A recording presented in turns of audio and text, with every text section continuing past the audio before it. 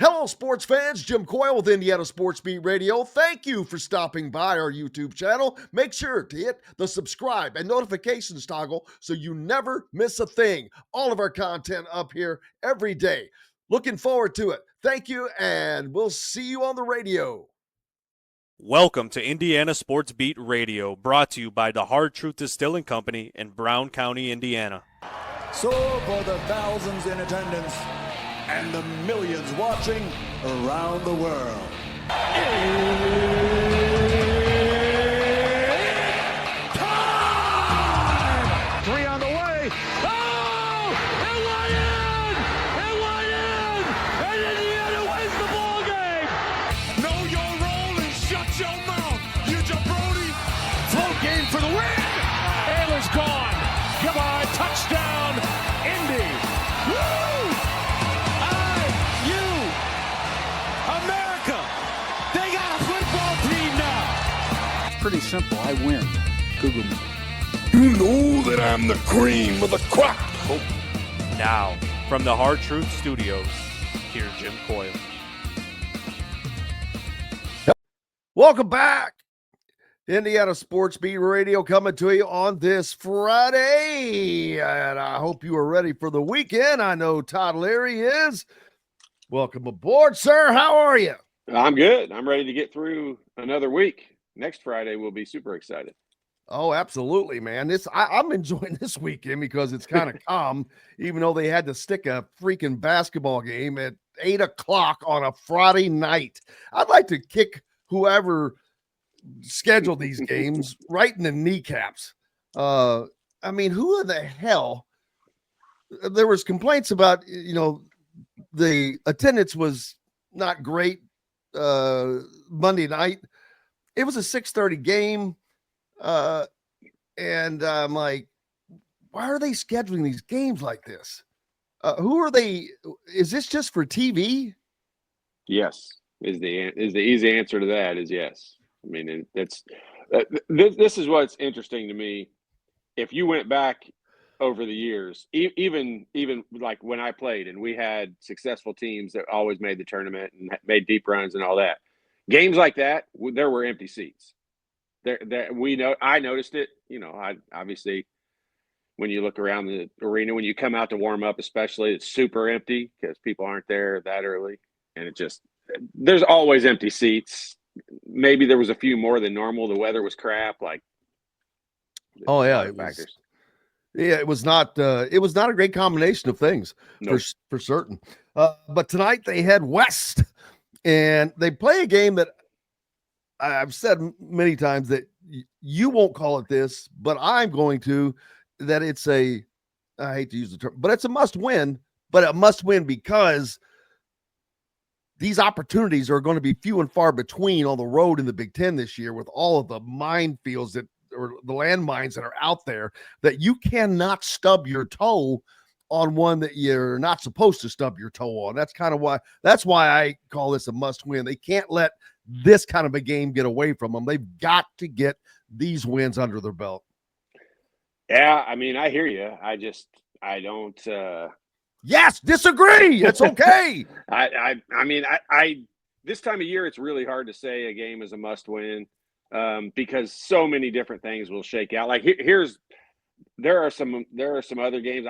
I think those games in Atlantis were must wins when you're talking about trying to keep your net ranking, in the ballpark of making the tournament. And the last thing I want to do is get down to the end of the season again and be trying to say, well, this win was better back then. I just don't want to make any excuses. I want them to win enough games that they're easily in the net ranking. They need to win some games that maybe are 50-50, that maybe they're not supposed to win. And I've said this for 3 years now, actually for like 10 years now with this team, is they've got to start winning games that, they're on the road. You're not sure they're going to win. They need to stop using the excuse of the road. Absolutely. Big game this weekend. Louisville goes down to Lexington, plays Kentucky. Rick Bozich was on with us Wednesday. We talked about that. That's Louisville not looking as good. They've lost some guys since they beat the snot out of Indiana and are not the same team that they were in Atlantis. And Kentucky is playing well under first-year coach Mark Pope. Yeah, they really are. Kentucky, that's one of those games that I'm sure Kentucky's looking more forward to it than Louisville is. But, give Pat Kelsey credit down there. I think that's a name, right? Yeah. Yes. I mean, he's created an energy down there that they haven't had in a while, and it's not going to be long before they are. This game will be one that'll be looked at like IU and Purdue or Duke and North Carolina. That Louisville Kentucky game should be one of those that's up there. So should the Indiana Kentucky game, which we will get to relive starting next season. Boy, you don't want to go into that not fully loaded and being in a difficult situation, but that series resumes next year. Yeah. And that should have never ended, but it is what it is. But Indiana's going to have to be ready when that series resumes, because Kentucky looks like they're going to be ready. Yeah, who knows though? Their lineup won't look anywhere near what it is right now next season, and neither will ours. So that's hard to tell, and that's looking way out in advance. But the real importance, I think, to this game tonight for Indiana is the teams that are able to get off to a 2-0 start in the games that are, sprinkled in, I'll say, in early December. You're at such an advantage. And you look at all the teams that have already lost. Wisconsin's lost at home. Purdue lost on the road. If you're going to try to stay in that top tier, and by that I don't mean the top half, I mean the top 3 or 4 teams for a chance to win the Big Ten, this is one that you need to win. Must win is probably a little strong. I know exactly what you're saying and don't completely disagree, but it's one that would put them in a great position going into the January conference games. What does Indiana need to do tonight in this game besides win? And I know they have to defend. Nebraska is not what they were. They don't have Tominaga now. He's playing for the Mad Ants, so they don't have to worry about that. But they still have to guard the 3. What does Nebraska do well right now under Fred Hoiberg? Fred Hoiberg is a magician at creating an offense that's hard to guard. And, Indiana's got to eliminate a lot of easy baskets. That one thing Nebraska is good at is they get movement, and they kind of put the shiny object over here, and then all of a sudden a cut comes over there and it's a wide open layup. And Hoiberg's just good at diagramming and, things that are difficult to defend. And on the other end of the floor, he's one of the guys, I think, there are some coaches that say, hey, this is what we do. We're putting that product out on the floor. And there are other coaches that kind of game plan and scheme a little bit more. I think from the outside looking in, I think Hoiberg seems to be one of those guys that schemes a little bit more than other programs might. And so defensively, they'll have something, whether it's some kind of matchup zone and they might just go to it once here or there. They might pressure the ball all the way up the court just to kill time, make Indiana's offense, struggle to get started at least. Because Indiana is very easy to diagnose in what they're trying to accomplish. And we all know they're going to try to throw the ball inside. Yeah, they'll play some fast, but at the end of the day, they want to throw the ball inside. Well, the defenses know that too. And so they'll put some stuff together to try to take that away and make it more difficult. Or if nothing else, make it so that it's later in the shot clock by a little full court pressure. And then you start that play later in the shot clock, you really are down to only 1 or 2 options you've got to score at that point. Indiana takes I'd say a hit, but not really. Gabe Cupps has not played much this year. I don't know if that was because of this little nagging injury or just because of coach's decision with the guys in front of him, but he had a procedure done and he's going to be gone for an indefinite amount of time, which could be the entire season. Just means that's just one less person they're not going to have on the road in games like this if things were to get strenuous, let's say. Yeah, and Indiana, if the circumstance arises where they want to play smaller or they need extra fouls because the guard's getting foul trouble or whatever it is, it limits the depth I think Gabe is a guy that the coaching staff was comfortable putting in there to kind of fill a role, fill the gap without making too many mistakes. But I don't think production-wise they had really counted on him for a lot so far this season. So I don't know that it'll be a huge setback. But, in the kid's health perspective, let's just hope for a complete and speedy recovery and get him back out there. Being a practice player is important. I mean, it used to be something that was talked about a lot, and having quality guys to play and practice. I know they got managers they can throw in there and all that. I get it. But, I mean, having quality guys to practice against makes you better. And that's one of the things I look at that's a negative from Gabe Cupps' perspective. I could say this because I think that this transcends across all sports and all levels. You want to open up a coach's eyes or get someone's attention, do the little things. Be the guy. If you're in that crap role, be the guy. Yep. I mean, make it as hard as hell. Do whatever it takes. I remember just something simple as when I was in high school playing football, winning sprints at the end of practice. Little things like that. I remember coach saying my name for the first time because I kept winning the end of the deal sprints. And well, next thing I knew, it led to more opportunities.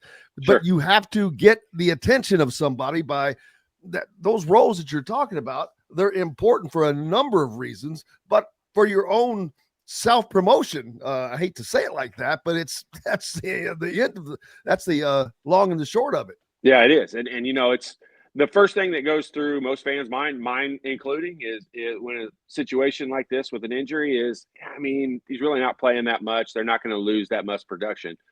But when you dig a little deeper and you think back into, the practices, it's a bigger deal in that regard. And not, it's going to set him back for one, and it'll set the team back. It's a loss. There's no doubt about it. And hopefully he can just get back out there and be able to practice. It looked like, I mean, based on that surgery and what it is, it's probably one that 6 weeks from now, he'll probably be playing again in practice, hopefully.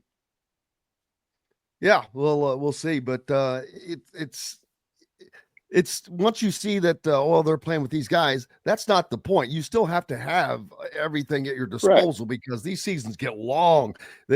Guys get beat down. I mean, I'm not telling you anything you don't know. Yeah, and believe me, though, when you get to 54 years old and I think back to what my body felt like, that's one of the things. I know you and I talk about this at some point every year because of injuries popping up and all that. But at this point, from this point in the year on, and I don't just mean Indiana, I mean no team, no one's 100%. You have nicks, your knees hurt. I to think back on what, and I'm not a high flyer, but to think back on what my knees felt like back then on the practice days, I mean, the game days were the easy ones. That's the thing. Everyone just couldn't wait. I don't know. That's how your all's practices were designed, but a lot of coaches will go into the mantra of making practice much harder, making it to the point where you want to get to the games because they're easier. Yeah, game days were definitely easier. I mean, you one of the things that Coach Knight was big on was we did not practice long periods of time. Like we didn't have the longest practices. I know Purdue, we used to always laugh because I would talk to those guys up there that we were friends with and how long their practices were, twice as long as ours. And I'm not saying they didn't go hard. All I'm saying is we practiced for like an hour and a half, hour and 15 minutes to an hour and a half once the Big Ten season started. But it was full go from the minute you walked on the court. It was drill, drill, drill. What were they trying to accomplish? We did some individual stuff. Like it was all, you had to go 100%. If you didn't, it would turn into a 3-hour practice. And so, I mean, we learned that lesson pretty quick. Ironically, that's a very similar philosophy of one Kurt Signetti, to not go long. He didn't put his team through a lot of live tackling. And if you'll notice, this Indiana team has been pretty fortunate from an injury standpoint. When you think about college football and injuries are going to come, that's why these bigger, better teams are deeper. They were able to get through this season with what I call minimal serious injuries. And I have to think that's a major part of that. You're not putting the players at risk because there seem to be more injuries in practice than there are games. Yeah, well, I mean, you think about it in football, like that doesn't seem uncommon. That seems normal to me. that they would get injured more in practices, because you're just practicing so much more than what you're actually out on the game for, the game time. So I think Cignetti, takes a lot of good things from, Coach Saban, and I think he's probably just coaching trees around. He's read Coach Knight stuff and all that. I think there's probably some philosophy to that makes sense. But it just for us, it built a mindset that it was business. Like even when it was a practice day, like we knew what we had to accomplish. We went out and we did it, and practice was over. If you didn't, you paid the price, and you were there for twice as long or longer. So you learn to be very focused and go in, do your business, and get out of there.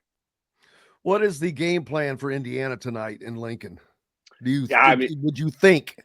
I would assume that Indiana is going to have to defend the 3-point line. They have really good guards veteran guards on Nebraska. Bryce Williams, I think is his name. He's just an old head guard out there that's tough to play against. And I think Miles Rice has not been as consistent over the last 5 or 6 ball games as what the Indiana coaching staff would like. So I think that'll be something they keep an eye on. Who defends those guards will be interesting to me, because you don't want to get, you almost got to pick who you're going to get in foul trouble. Because when I think of watching Nebraska games, which I'm friends with Hoiberg, so I watch more of their games than normal, but I think of Bryce Williams being on the free throw line. Like, he and Juwan Gary just seem to always be shooting free throws. And if that ends up happening tonight, it'll be a long one for Indiana. Speaking of free throws, man, it's hard. It's almost hard not to continue to acknowledge the massive change in Umar Ballow's free throw shooting. I mean, he at points has looked like a Todd Leary out there just knocking free throws down. He was 7 of 9 at one point the other night, and I'm like, wow, this is a guy who couldn't throw it in the ocean last year. But I don't know that they realize he used to be a 70% free throw shooter in his first year, I think. What the hell happened?